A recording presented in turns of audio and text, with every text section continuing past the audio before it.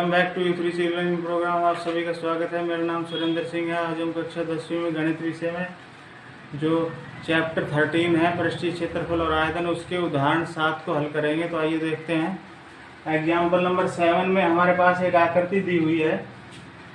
इस आकृति में अल्फाबेट लिखे हुए हैं। तो ये आकृति क्या है? सबसे पहले जो है हमारे पास एक अर्धगोले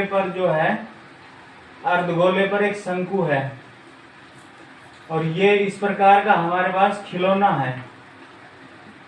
इस खिलौने को लंबवृत्तीय बेलन के अंतर्गत रख दिया गया है। तो खिलौना जो है लंबवृत्तीय बेलन के अंतर्गत है। तो हमें क्या है, शंकु की ऊंचाई दी हुई है।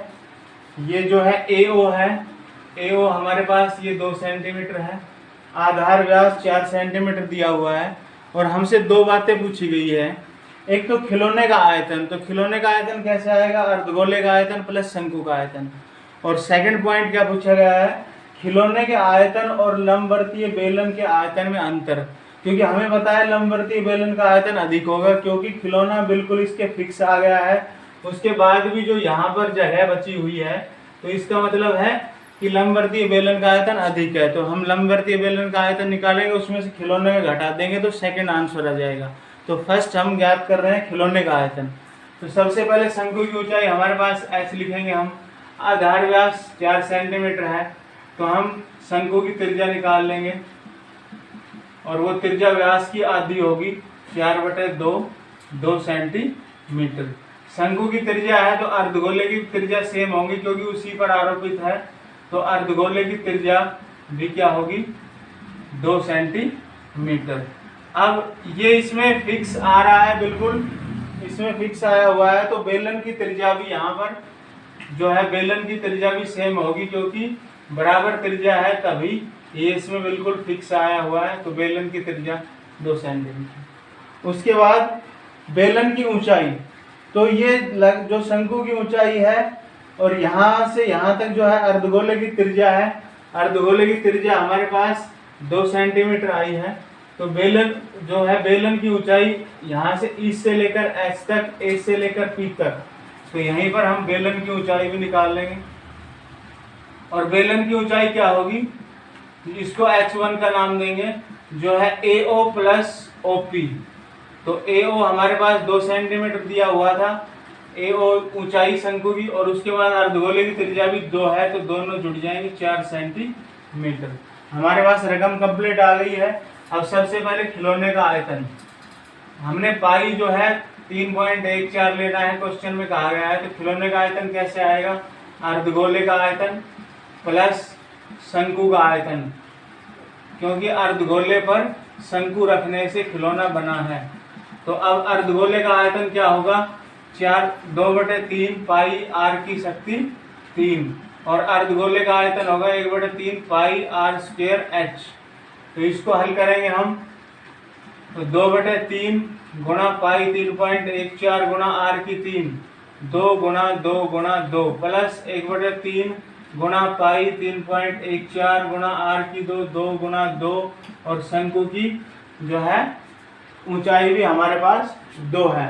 तो अब इसको हल करेंगे। तो 2 दूनी 4, 4 दूनी 8, 8 की हम 2 से करेंगे, 8 दूनी 16, 16 की 3.14 से 16 चौक 64, हासिल 6, 16 और 6 22, हासिल 2, 16 की 48 और 2 50 बटे सिर्फ आ गया 3, प्लस उसके बाद 2 दूनी 4 दूनी 8 की इससे करेंगे, 8 चौक 32, हासिल 1, 8 कम 8 3 11, हासिल 1, 8 के 24 और 1 25, 2 के बाद दशमलव। इसमें भी हमने 2 के बाद दशमलव रखना है यहाँ, बटे क्या आ गया हमारे पास 3।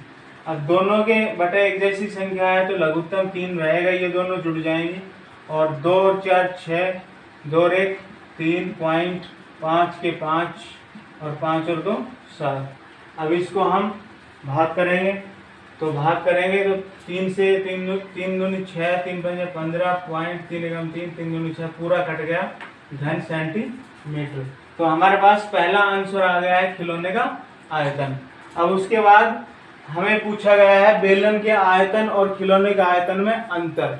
तो हम यहाँ पर लिखेंगे बेलन के आयतन व खिलौने के आयतन में अंतर। तो ये कैसे ज्ञात करेंगे? बेलन के आयतन में से बेलन का आयतन निकालेंगे, उसमें से घटा देंगे खिलौने का आयतन।